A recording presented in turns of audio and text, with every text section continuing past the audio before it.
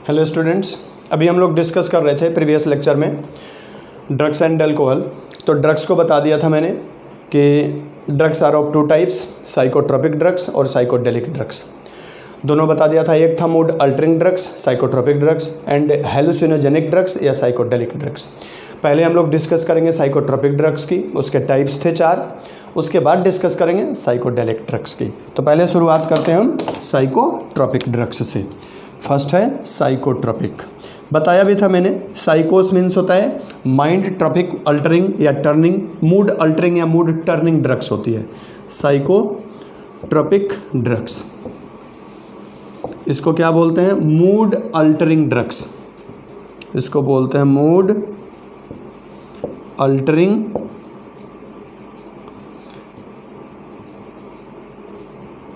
Altering drugs. ये बोला भी जाता है कि दोज ड्रग्स, इसको बोलते हैं those drugs that change behaviour as well as mental activity. क्या चेंज करेगा? ये बिहेवियर चेंज करेगा, एज वेल एज, और क्या चेंज करेगा? मेंटल एक्टिविटी, मानसिक condition, mental activity of a person, किसी भी पर्सन के ये क्या करता है? तो बिहेवियर और मूड को चेंज कर देता है, मेंटल एक्टिविटी को चेंज कर देता है। इसकी 4 कैटेगरीज है। चारों कैटेगरीज को मैंने बता दिया था। एक तो है ओपिएट्स, जो आपके एनसीईआरटी में एक्सप्लेन कर रखा है उसको। ओपिएट्स के बाद दूसरा है ट्रैंक्विलाइजर, नहीं है, नाम दिया हुआ है। तीसरा दे रखा है इसमें सीडेटिव एंड हिप्नोटिक्स, और चौथा है स्टिमुलेंट। इनमें से बार्बिट्रेट्स, बेंजोडाइजेपाइन्स, ये सब का नाम दे रखा है। अब वो कैटेगरीज इसमें सारा मिल जाएगा कौन कहाँ पे है। हम लोग जो पढ़ेंगे वो पहले मॉर्फिन, चारों को थोड़ा थोड़ा करके एक्सप्लेन कर देंगे। मॉर्फिन ओपीएम को डिटेल एक्सप्लेन करेंगे। तो psychotropic drugs are further classified into 4 categories. जो साइकोट्रोपिक्स है उनकी 4 कैटेगरीज है। आइए फर्स्ट कैटेगरी देखते हैं, जिसको हम बोलते हैं ओपिएट्स या opioid. Psychotropic drugs are of following 4 category, जिसमें फर्स्ट जो है वो है ओपिएट्स, या इसी को बोलते हैं ओपोइड्स। एक्चुअल में देखो ओपिएट्स या ओपोइड्स होते क्या है? These are those drugs that act on CNS. ये वो ड्रग्स होती हैं जो हमारी सीएनएस पे एक्ट करती है, क्योंकि इसके जो मतलब रिसेप्टर्स होते हैं वो हमारे ब्रेन में, सीएनएस में होते हैं, प्लस गैस्ट्रो इंटेस्टाइनल ट्रैक्ट में होते हैं। तो ये बोला जाता है कि these drugs act on our brain and reduce pain, या ये कह लो कि बोला जाता है इसको कि these the receptors of opiates are present in our central nervous system as well as gastrointestinal tract. Those drugs that act on CNS and relieves in pain are called analgesic drugs। ये बोलते हैं कि those, इसके पहले तो लिख देते हैं रिसेप्टर। पूछा जाता है कि रिसेप्टर्स कहाँ कहाँ होते हैं, तो इसके रिसेप्टर 2 जगह होते हैं। एक होते हैं central nervous system and gastro intestinal tract में और सीएनएस में, 2 जगह इसके रिसेप्टर प्रेजेंट होते हैं हमारे ब्रेन में। करेगा क्या भाई? तो ये करता क्या है? तो सीएनएस के ऊपर ये एक्ट करेगा। ये कह लो कि act on CNS and relieves in pen, hence called pain killer. इसलिए हम इसको क्या बोलते हैं? पेन किलर भी बोलते हैं, या एनाल्जेसिक ड्रग्स। वो ड्रग्स जो पेन किलर का काम करते हैं उसको क्या बोलते हैं? हम एनाल्जेसिक ड्रग्स बोलते हैं। तो ये बोला जाता है कि ओपोइड्स आर गुड एनाल्जेसिक, या ओपोइड्स आर एनाल्जेसिक ड्रग्स। ये एनाल्जेसिक्स के रूप में काम करते हैं। एक्चुअल में साइंटिस्टों ने इसको डिस्कवर भी किया था एनाल्जेसिक के लिए पहले। हालांकि इसका यूज करते थे राजा महाराजा, कहीं अगर युद्ध पे जाते थे, कहीं फाइट लड़ाई लग गई, कोई सैनिक इंजरी हो गया या खुद इंजर्ड हो गए, तो उसमें लोग अफीम लेके जाते थे ढेर सारा, उसको अफीम थोड़ा सा खिला देते थे, पेन रिलीफ मिलता था। हमारे साइंटिस्टों ने जब डिस्कवर किया कि भाई अफीम में क्या है, तो उनको पता चला कि इसमें कुछ एल्कलॉइड होते हैं जो पेन रिलीफ का काम करते हैं, हमारे सेंट्रल नर्वस सिस्टम पे काम करते हैं। अब हमारी mind, human mind, dirty mind बोलते भी हैं, ह्यूमन माइंड कंस्ट्रक्टिव कम डिस्ट्रक्टिव की ओर ज़्यादा जाता है, जाएगा हालांकि कंस्ट्रक्टिव की ओर भी, लेकिन डिस्ट्रक्टिव की ओर ज़्यादा अट्रैक्ट होता है। अब पता चला कि भाई पेन में तो काम करता है, लेकिन इसको ऐसे भी ये फीलिंग अच्छा देता है, लोग खाना शुरू कर दिए अफीम को, ऐसे चबाना शुरू कर दिए, खाना शुरू कर दिया, स्मोकिंग करना शुरू कर दिए। तो उस कंडीशन में अब ये ड्रग्स का क्या हो गया, एब्यूज़ होने लगा, ये हमारी बॉडी में एबनॉर्मल रिएक्शन शो करने लगेगा। ओपिएट्स, ओपिएट्स जो होते हैं, या ये कह लो कि ओपिएट्स जो होते हैं वो 3 रूप में होते हैं हमारे पास। पहले तो हम इससे मिलने वाली चीज़ों को देख लेते हैं। एक बोला जाता है ओपिएट्स से जो मिलता है सब्सटेंस, दैट इज कॉल्ड अफीम या ओपियम। ओपिएट्स से जो मिलता है substance that is called opium, या इसी को हम क्या कहते हैं, अफीम बोलते हैं।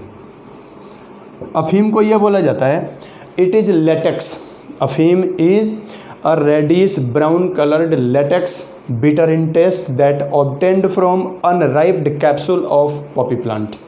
आपके एनसीईआरटी में एक डायग्राम दे रखा होगा ओपियम का, ओपियम के प्लांट का दे रखा होगा, और उसके एक अनराइप कैप्सूल का इस तरह से डायग्राम दे रखा होगा।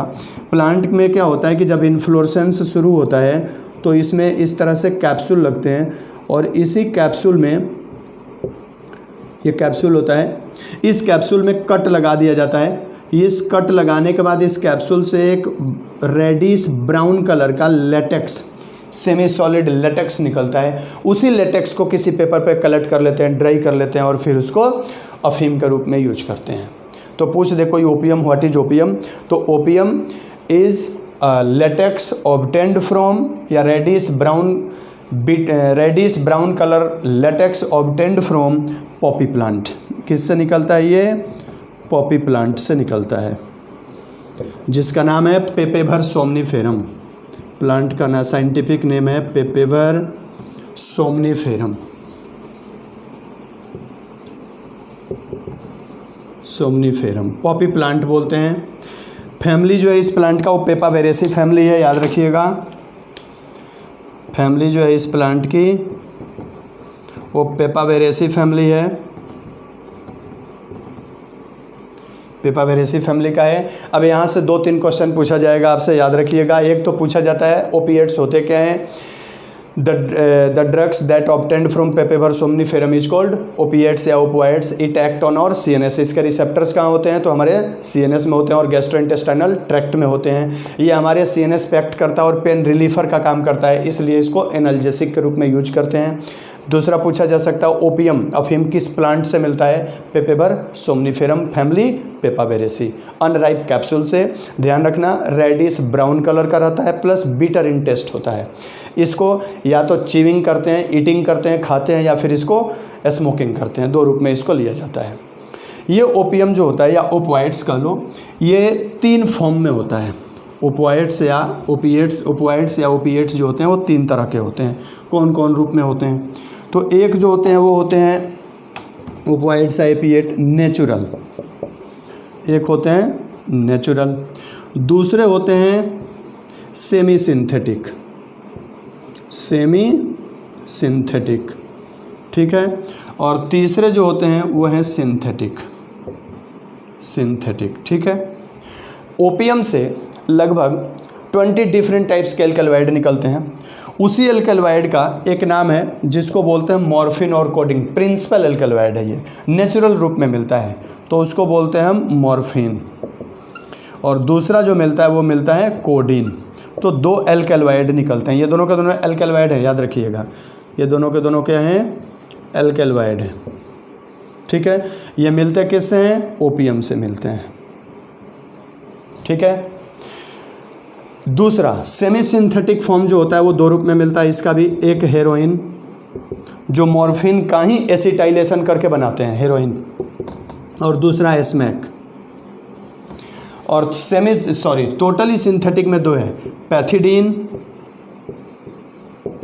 और दूसरा है मेथाडोन। तो 2 तरह के ये होते हैं। हम लोगों को जो पढ़ना है वो पढ़ना है मॉर्फिन, कोडिंग, हेरोइन और स्मैक। आइए इनका यूज देखते हैं और मिस यूज देखते हैं क्या क्या होता है। एक्चुअल में जो ओपियम अफीम निकाला जाता है प्लांट का, उसका जब केमिकल एनालिसिस करते हैं तो उससे मिलता है हमें मॉर्फिन। ओपियम में लगभग 20 डिफरेंट टाइप्स के एल्कलॉइड होते हैं, जिसमें सबसे जो प्रिंसिपल एल्कलॉइड है वो है मॉर्फिन और दूसरा जो है वो है कोडिन। बाकी और भी होते हैं 18 अलग अलग डिफरेंट हैं। मॉर्फिन का जो यूज होता है इसका पेन किलर के रूप में यूज होता है। कैसे वो यूज होता है वो भी बताएंगे। कोडिन जो होता है पेन किलर के साथ साथ इसको कफ में यूज किया जाता है, कफ रिलीविंग में यूज करते हैं, खांसी में भी यूज करते हैं। देखिएगा कफ सिरप जो होता है उसमें कोडिन लिखा रहता है, तो कोडिन जिसमें ज़्यादा होता है वो थोड़ा सा पीने के बाद ज़्यादा स्ट्रॉन्गेस्ट मतलब क्या कहते हैं नशा टाइप का कर देता है। और दूसरा जो होता है जिसमें माइल्ड होता है, इसीलिए कई कफ सिरप को बैन कर दिया मेडिकल एसोसिएशन ऑफ इंडिया ने, इसलिए क्योंकि उसमें कोडिन ज़्यादा मिला देते थे। कोडिन जो होता है ये मतलब एक तरह से नशा के तरह यूज होने लगता है, इसीलिए। तो ये नेचुरल के रूप में पहले देखते हैं मॉर्फिन। ध्यान रखिएगा, मॉर्फिन मिलता है ओपियम से, अफीम से निकाला जाता है, इसको ओपियम का एक्सट्रैक्शन करते हैं। मॉर्फिन जो होता है, मॉर्फिन केमिकल एल्कलॉइड मतलब नेचुरल एल्कलॉइड है। Morphine natural alkaloid of Poppy plant या नेचुरल एल्कलॉइड ऑफ ओपियम अफीम।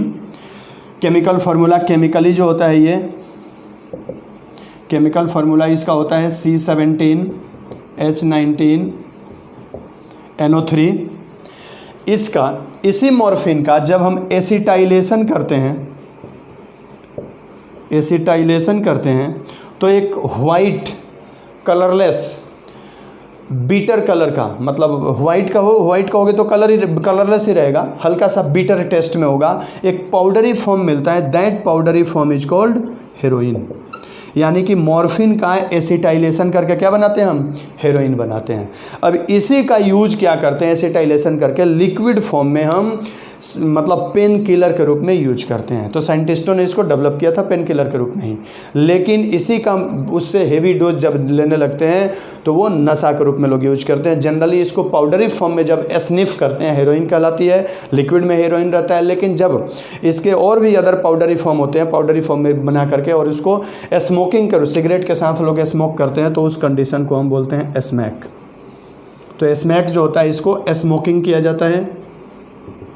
और हेरोइन को या तो स्निफ करते हैं या स्नोरिटिंग करते हैं, इसको स्नोरिटिंग करते हैं या इंजेक्शन के रूप में लेते हैं इसको।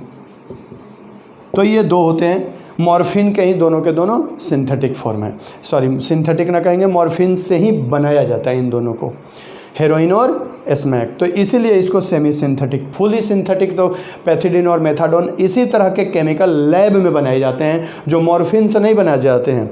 जो मॉर्फिन ये केमिकल फार्मूला हो गया, इसी तरह की केमिकल लैब में बना करके और तब उसको टोटली सिंथेटिक फॉर्म में बनाते हैं, तो पैथिडीन और मेथाडोन होता है। तो ये मेनली फॉर्म यही है, इसका याद रखिएगा। जनरली ये क्या होता है, मॉर्फिन जाकर के हमारे बॉडी में एक तरह से CNS डिप्रेसेंट का काम कर देता है जाकर के। इसीलिए बोला भी जाता है कि बहुत ज़्यादा पेन किलर नहीं लेना चाहिए, क्योंकि ये जाकर के हमारे सेंट्रल नर्वस सिस्टम के जो रिसेप्टर्स होते हैं उसको इनएक्टिव कर देते हैं, जिसके कारण पेन रिलीफ हो जाता है, पेन की फीलिंग नहीं होती है। पेन यहाँ अगर है तो इसको ठीक नहीं करेंगे, ब्रेन के रिसेप्टर को चेक कर देगा जहाँ पर रिसीव नहीं होगा। बहुत ज़्यादा नहीं खाना चाहिए, क्योंकि हो सकता है वो रिसेप्टर मतलब डैमेज होने लगे या उसमें प्रॉब्लम क्रिएट होने लगे। तो ये मॉर्फिन होता है, या ये कह लो कि ओपियम मतलब क्या कहते हैं, मॉर्फिन या ओपोइड हो गए। ओपोइड के बाद जो दूसरा यूज करते हैं हम साइकोट्रोपिक ड्रग्स में, वो है ट्रैंक्विलाइजर। ट्रैंक्विलाइजर देखो क्या होता है। ट्रैंक्विलाइजर को ये बोलते हैं कि generally it decrease the tension and anxiety. ये क्या करता है, डिक्रीज करेगा, डिक्रीज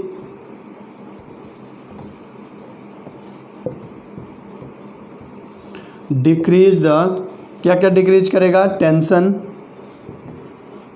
एंड एनेक्सिटी, चिंता को दूर करेगा। और क्या, फीलिंग कराएगा, इंड्यूस क्या करेगा, इंड्यूस करेगा calmness, feeling of calmness, feeling of calmness and या ये कह लो विदाउट सीडेटिंग और inducing sleep, without sedating, without sedating और inducing sleep, inducing sleep.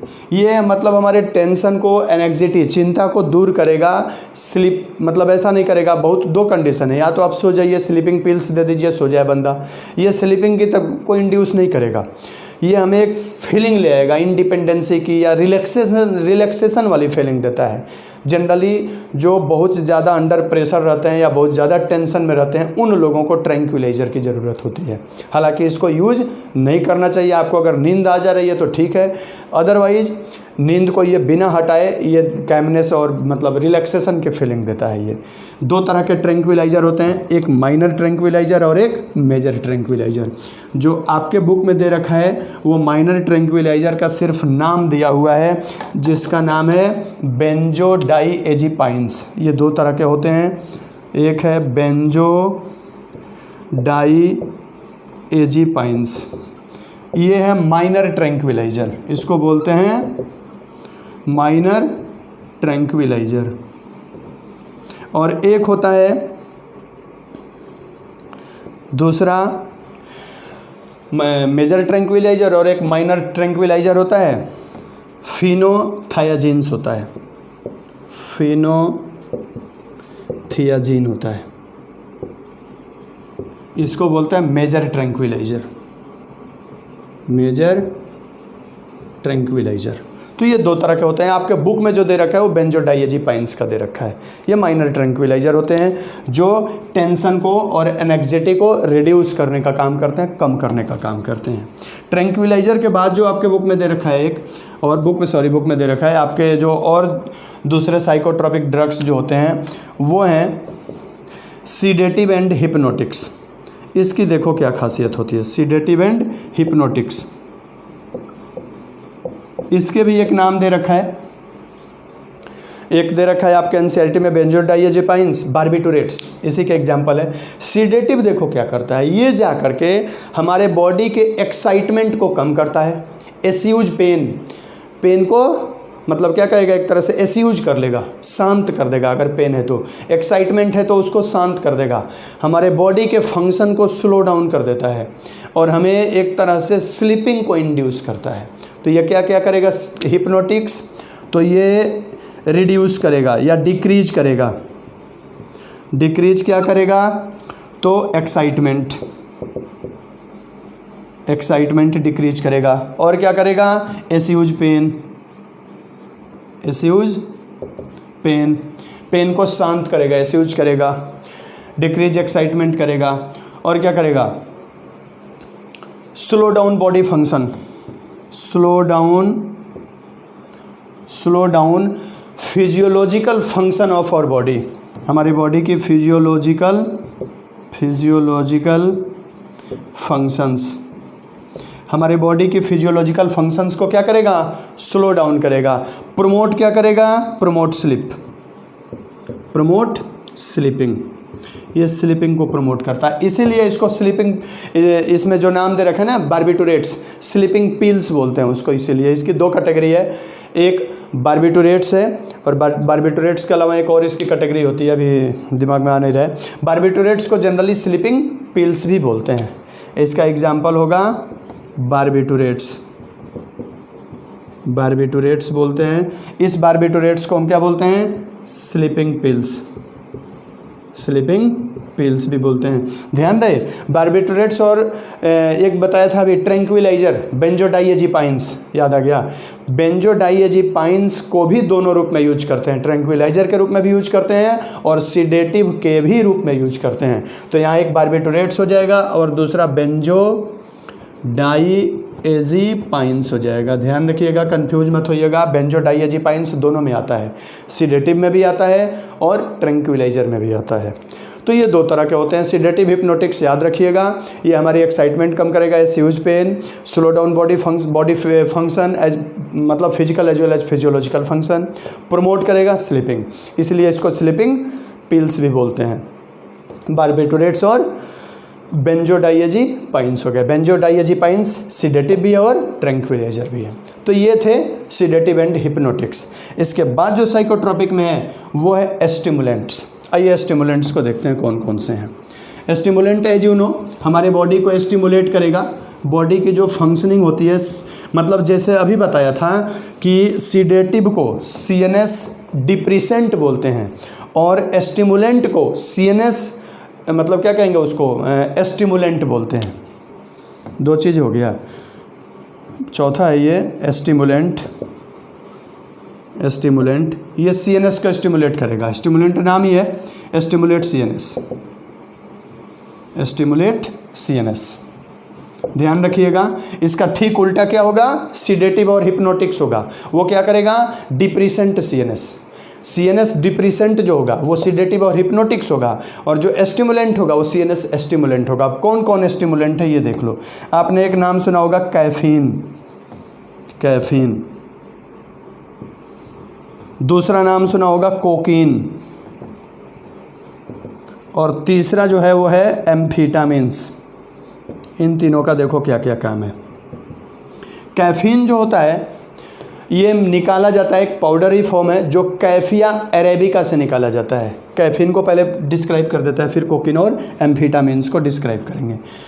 Caffeine obtained from, कहाँ से निकलता है ये, obtained from coffea arabica, coffea arabica. इसका हिंदी नाम है कहवा प्लांट की सीड से निकाला जाता है। कहवा प्लांट की सीड से निकाला जाता है, सीड्स ऑफ कैफिया अरेबिका। एंड और कहाँ से निकलता है, लीव्स ऑफ थियासाइनेंसिस, चाय के पत्ती से भी निकाला जाता है। ध्यान रखिएगा, केवल चाय की पत्ती से हम चाय ही नहीं पीते हैं, चाय की पत्ती से कॉफ़ी एक वाइट कलर का बीटर क्रिस्टलाइन पाउडर निकाला जाता है जिसको हम कैफीन बोलते हैं। एंड टी को बोलते हैं थियासाइनेंसिस, टी को बोलते हैं थियासाइनेंसिस।